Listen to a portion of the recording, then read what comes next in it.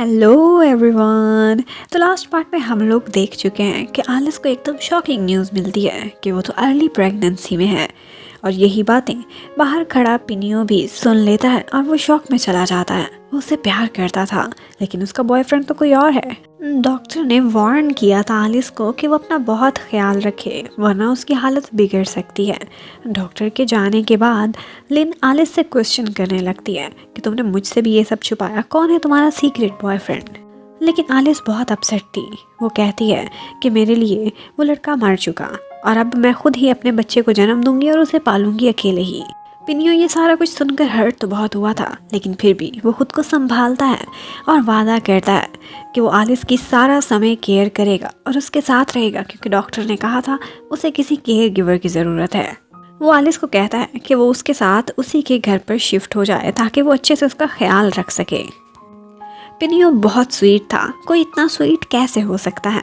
Actually उसकी friend लिन उसका ख्याल नहीं रख सकती थी, उसके साथ नहीं रह सकती थी क्योंकि वो ऑलरेडी एक जॉब करती थी। जबकि पिनियो वो खुद अब आलिस के लिए खाना भी पकाया करता था, कुकिंग करना भी सीख चुका था, उसका बहुत अच्छे से ख्याल रखता था।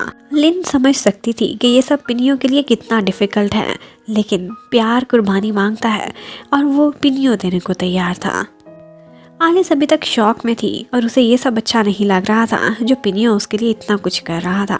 लेकिन वो उसे समझाता है कि दोस्त इसीलिए तो होते हैं। अब तुम्हें किसी की साथ की ज़रूरत है तो मैं रखूँगा तुम्हारा ख्याल और तुम्हारे होने वाले बेबी का भी। और वो उससे वादा करता है कि मैं ऐसा दोस्त हूँ जो बुरे समय पे तुम्हारे साथ खड़ा रहूँगा। दूसरी तरफ हमें ऑफिस का सीन दिखाते हैं। पुखाए को फानीन की फुल सपोर्ट हासिल थी। ऑल्दो उसके डैड तो उस पर ट्रस्ट करते नहीं थे लेकिन फानीन फिर भी इम्पॉर्टेंट टास्क उसको दिलाता रहता था। पुखाए को बहुत गुस्सा था कि उसके डैड उसे स्वीकार नहीं करते और इसीलिए बदले के लिए वो पूरा तैयार था। किसी भी टाइम पर उनके पीठ में छुरा वो घोंप सकता था क्योंकि बंद कमरों में वो जाकर सीरी से मिलता था और उसको अपना टास्क भी पूरा करके दिखाता था जिसके बदले में उन दोनों का सीक्रेट रिलेशन भी बन चुका था। अब बहुत दिन बीत चुके थे पिनियो को घर छोड़े हुए। पानीन को उसकी बहुत फिक्र होने लगती तो वो एक दफ़ा दोबारा से आलिस के घर पर जाता है लेकिन वहाँ पर उसे पता चलता है कि वो तो कहीं और शिफ्ट हो गई है। उसी समय लिन भी उस घर पर आई हुई नॉन का लेटर रिसीव करने के लिए तो वो खामोशी से उसका पीछा करके आलिस तक पहुँचने की कोशिश करने लगता है लेकिन वो उसे रास्ते में चक्कर देकर निकल जाती है। जब आलिस को 3 महीने पूरे हो जाते हैं तो डॉक्टर उसे कहती कि अब तुम्हारे लिए हर चीज़ सेफ है और वो खतरे की कंडीशन से बाहर निकल चुकी थी। इसलिए अब पिनियो उसे इजाज़त देता है कि वो मार्केट तक जा सकती है। अब जब आलिस मार्केट जाती है तो पहले ही दिन उसकी तबीयत थोड़ी सी ख़राब हो जाती है। वहाँ पर मौजूद आंटियों ने अंदाज़ा लगा लिया था कि ये प्रेग्नेंट है और फिर बातों बातों में उसे क्वेश्चन करती हैं। उन्हें पता चलता है कि ये सिंगल है तो वो यही कहने लगती हैं कि हमारी सोसाइटी में ये चीज़ अच्छी नहीं समझी जाती, तुम अकेली कैसे पालोगी इसे। लेकिन वो उन्हें कोई भी जवाब देती उससे पहले ही पिनियो वहाँ पहुँच जाता है और उससे ऐसे बातें करने लगता है कि जैसे वो उसकी वाइफ है और उससे रूठ कर घर से निकली हुई है और वो उसे मनाने के लिए वहाँ पर आया है। उसके बाद वो उसे घर ले जाता है और समझाने की कोशिश करता है कि तुम कब तक ऐसे ही समय बिताओगी, मुझे मौका दो, मैं तुम्हारी और हेल्प करना चाहता हूँ।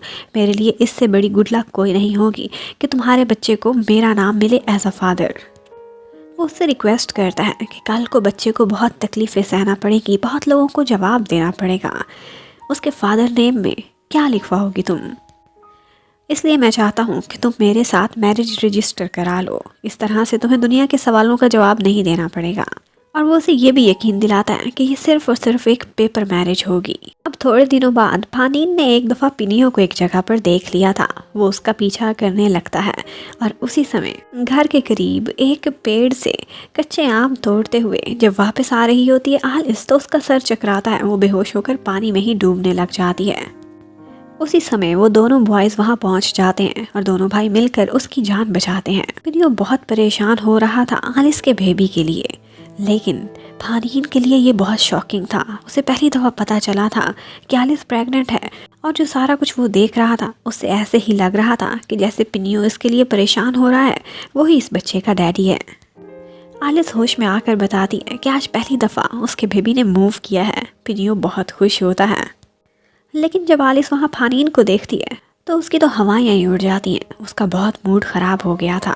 फारीन जब वहाँ से जाने लगता है तो पिनियो को कहता है कि अगर कभी भी तुम्हें मेरी थोड़ी सी भी हेल्प की ज़रूरत हो तो मुझे ज़रूर बताना। अब तुम फादर बनने जा रहे हो, बहुत सी जिम्मेदारियाँ होंगी। फारीन उन दोनों को इस तरह से देखकर अपसेट ज़रूर हुआ था, लेकिन वो अपने भाई के लिए खुश भी था क्योंकि वो अपनी लाइफ में खुश नज़र आ रहा था। फारीन वहाँ से वापस जाकर अपने डैड को समझाने की कोशिश करता है कि पिनियो को घर वापस बुला लें, क्योंकि उसे उसकी फिक्र हो रही थी कि कैसे वो अपनी फैमिली को संभालेगा। लेकिन डैड साफ मना कर देते हैं, कहते हैं कि बल्कि मैं उसके हिस्से के शेयर्स भी उससे छीन लूँगा। उसके बाद नेक्स्ट डे फारीन दोबारा से वहाँ पर आता है और वो देखता है कि आलिस बहुत हैवी वर्क कर रही है, तो फ़ौरन से जाकर उसे रोकने लगता है कि ये तुम्हारी हेल्थ के लिए ठीक नहीं है, मेरे होने वाले नेफ्यू या नीस को उससे नुकसान पहुँच सकता है। लेकिन आलिस उससे लड़ना स्टार्ट कर देती है कि मैं तुमसे नफरत करती हूँ और तुम्हारी शक्ल कभी भी नहीं देखना चाहती। जबकि उधर स्वीट सा पिनियो बच्चे के लिए खरीदारी कर रहा होता है, छोटे छोटे कपड़े खरीद रहा था। जो घर आकर वो फ़ौरन से आलिस को दिखाता है, वो बिल्कुल इसी तरह से खुश था कि जैसे ये उसका अपना बच्चा हो। और वो आलिस से रिक्वेस्ट करता है कि क्या तुम मुझे इजाज़त दोगी इस बेबी का नाम रखने की। और वो दोनों नाम बताता है कि अगर लड़का हो या लड़की हो तो वो क्या नाम रखना चाहेगा। फारीन दूर खड़ा ये सारा कुछ देख रहा होता है। जब अपने भाई को अपने फर्स्ट लव के साथ देखता है, वो लोग अपने बेबी की प्लानिंग कर रहे हैं, तो उसके दिल पर बहुत सी छुरियां चलती हैं। लेकिन भाई के लिए वो फिर भी बेस्ट विशेस रखता था। पर यही वो पॉइंट था जब वो सारा टाइम वो याद करता है जो उसने आलिस के साथ बिताया था, और यही फैसला करता है कि आलिस को भूल जाना ही बेहतर होगा, क्योंकि वो पिनियो की हम सफ़र बन चुकी है। वो घर आते ही वो बड़ा फैसला ले लेता है जो उसने काफ़ी दिनों से होल्ड पर रखा हुआ था। वो सीरी से एंगेजमेंट के लिए तैयार था। तो अब नेक्स्ट ही डे पेरेंट्स की ऑफिशियल मीटिंग होती है और सीरी और फारीन दोनों आपस में डेट करने का फैसला करते हैं। वो खाए उन दोनों को जब मिलते हुए देखता है तो उसे बहुत बुरा लगता है, लेकिन वो बहुत ज़िद्दी था। कहता है कि जो मैं हासिल करना चाहता हूँ उसे मैं लेकर ही रहूँगा। और फिर एक दफ़ा अकेले में जाकर सीरी को वो वार्न करता है कि मैं तुम्हारा एक क्यूट सा पपी था, लेकिन तुम मुझे क्रेजी डॉग ना बना देना। तो सीरी आगे से उसे एक ऑप्शन देती है कि जो मैं हासिल करना चाहती हूँ इस कंपनी पर होल्ड अगर तुम मुझे दिला दो तो फिर मुझे क्या ज़रूरत है कि मैं फारीन से शादी करूँ। फिर हमें आलिस और पिनियो को दिखाते हैं। उन दोनों ने अपनी मैरिज रजिस्टर करा ली थी उस बच्चे की खातिर। फारीन आजकल बहुत दुखी रहता था। उसे अपने दिल पर पत्थर रखकर ऐसी लड़की को डेट करना पड़ रहा था जिसे वो लाइक ही नहीं करता, और दूसरी तरफ उसका भाई वो घर पर ही नहीं होता था जिसे वो इतना प्यार करता था उसकी नज़रों से दूर था। उसे ये गिल्ट भी था कि अपने फर्स्ट लव के साथ उसने रिवेंज में जो कुछ किया वो बहुत गलत था। फारीन कभी कभी जाकर पिनियो से मिलता था और उसकी हेल्प भी करता था। आल्दो वो इनकार करता था, लेकिन वो कहता था कि मेरा भी हक है, मैं इस बच्चे का अंकल हूँ और मैं उसे कुछ ना कुछ तो गिफ्ट में दिलाना ही चाहता हूँ। फिर हमें दिखाते हैं कि कुछ दिनों बाद पिनियो को एक काम से पेंटिंग के टास्क पर आउट ऑफ सिटी जाना होता है, और उसी समय आलिस घर पर अकेली थी। लिन भी उसके साथ ज़्यादा समय नहीं बिता सकती थी क्योंकि उसकी जॉब की रिस्पॉन्सिबिलिटीज़ थी। फारीन भी पिनियो से मिलने के लिए आता है, लेकिन लिन उसे भगा देती है। कहती है कि वो यहाँ है नहीं और तुम आलिस को परेशान करोगे। आलिस की एकदम तबीयत खराब होने लगती है। वो चकरा कर गिरने वाली होती है कि एन टाइम पर फारीन उसे संभाल लेता है। वो उसे ठीक समय पर हॉस्पिटल ले जाता है और उसके बाद डॉक्टर उसे बताते हैं कि इसकी कंडीशन आजकल सही नहीं है और हो सकता है इसकी प्रीमेच्योर डिलीवरी भी हो जाए, और इस तरह से मामा और बेबी दोनों की जान को भी खतरा हो सकता है। वो फारीन को यही एडवाइस करते हैं कि घर पर रहकर इसका अच्छे से ख्याल रखा जाए, जितना समय हो सके तुम लोग निकालने की कोशिश करो। अब आलिस हॉस्पिटल से खुद ही घर जाना चाहती थी, लेकिन फारीन उसे लिफ्ट देने की बात करता है और हक यही जताता है कि मैं इस बेबी का अंकल हूँ और चाचू होने के नाते इतना मेरा फ़र्ज़ बनता है, तुम मुझे नहीं रोक पाओगी, खूनी रिश्ता है हमारा। फारीन बहुत बदल गया था। वो एकदम केयरिंग हो गया था और छोटी छोटी सी चीज़ों पर आलिस का बहुत ख्याल रखता था ताकि उसे कोई चोट ना पहुँचे।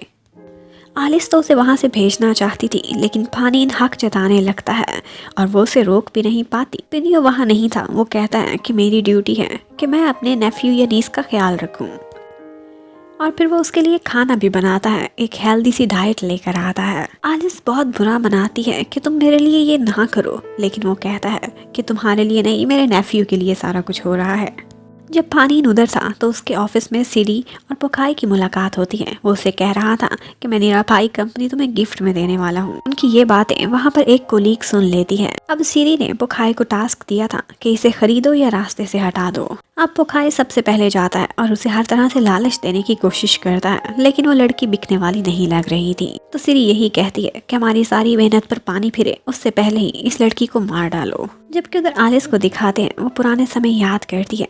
एक दफ़ा फानीन ने अपनी एक वॉच उसे गिफ्ट में दी थी अपनी निशानी के तौर पर। वो वॉच उसने आज भी संभाल कर रखी थी, क्योंकि अगर उसने किसी से प्यार किया था तो वो सिर्फ फानीन था और कोई भी नहीं। और उसके लिए वो समय बहुत प्रीशियस था जो उन दोनों ने इकट्ठे बिताया था। लेकिन बाद में फानीन ने उसे दागदार कर दिया था। उधर पिनियो ने आलिस के लिए एक सरप्राइज रखा था। जब वो काम से वापस आ रहा था तो उसने एक सेकंड हैंड कार भी खरीदी ताकि आलिस को बहुत आराम रहे। उधर फानीन ने जब आलिस के लिए नाश्ता बनाया था तो गलती से वो ये जिक्र कर बैठता है कि उस दिन तुमने भी सुबह सुबह मेरे लिए नाश्ता बनाया था। ये सुनते ही आलिस को बहुत गुस्सा आता है और वो उस पर चिल्लाने लगती कि उस दिन को मेरे सामने दोबारा से मत दोहराना। अगर तुम मुझे कुछ यादें दिलाकर इमोशनल कराना चाहते हो तो इतना बता दो, तुम्हारे लिए सिर्फ बैड मेमोरीज हैं मेरे पास, मैं सिर्फ तुमसे नफरत करती हूँ। उनकी ये सारी बातें वापस आती हुई लिन भी सुन लेती है। आलिस उसे यही कह रही थी कि तुम अपने भाई से कितने डिफरेंट हो, तुम्हारा भाई कितना प्योर है और तुम बहुत डिस्गस्टिंग। अब लिन बाद में आकर आलिस से कहने लगती है कि तुमने मुझसे बहुत कुछ छुपाया, तुमने इतना सफ़र किया लेकिन मुझसे अपना दर्द नहीं बांटा। लिन उसे ये भी कहती है कि मैं तुम्हें अच्छे से अंडरस्टैंड करती हूँ कि तुम कितना सफ़र कर रही हो। अब थोड़ी देर बाद पिनियो वापस आ जाता है, लेकिन एक सरप्राइजिंग काम होता है। वो रात को वहाँ पर एक घड़ी देखता है। ये घड़ी उसे अच्छे से याद थी, ये उसने खुद फानीन को गिफ्ट में दी थी। लेकिन ये आलिस के पास क्या कर रही है, उसे शक होने लगता है। वो आलिस से पूछता है कि क्या तुम कभी पहले फानीन से मिली हो, तुम्हारा उससे कोई रिश्ता है? तुम दोनों की नज़रों से मुझे अजीब अजीब लगता है। लेकिन आलिस उसे कुछ भी नहीं बताती और सारा कुछ टाल देती है। जबकि दूसरी तरफ हमें दिखाते हैं कि सिरी बहुत जालिम थी। उसने उस सेक्रेटरी को कत्ल करवा दिया था जिसने उनकी बातें सुनी थी। उधर पिनियो की एक दफ़ा अपने डैड से मुलाकात होती है। वहाँ पर डैड आलिस को बुरा भला कह रहे थे, वो बहुत नीच और गरीब लड़की है। और इसी बात पर पिनियो की अपने डैड से काफ़ी लड़ाई होती है, क्योंकि वो आलिस के खिलाफ एक शब्द भी बर्दाश्त नहीं कर सकता था। उधर फानीन एक दफ़ा फिर से पिनियो से मिलने के लिए आता है, लेकिन आलिस और लिन दोनों उसे वहाँ से भगा देती हैं। यहाँ पर आलिस कहती हैं कि जब जब फानीन मेरे करीब आता है बेबी मूव करता है। लिन सुनकर कहती है क्या कहना चाहती हो कि बेबी को पता है उसके डैड कौन है?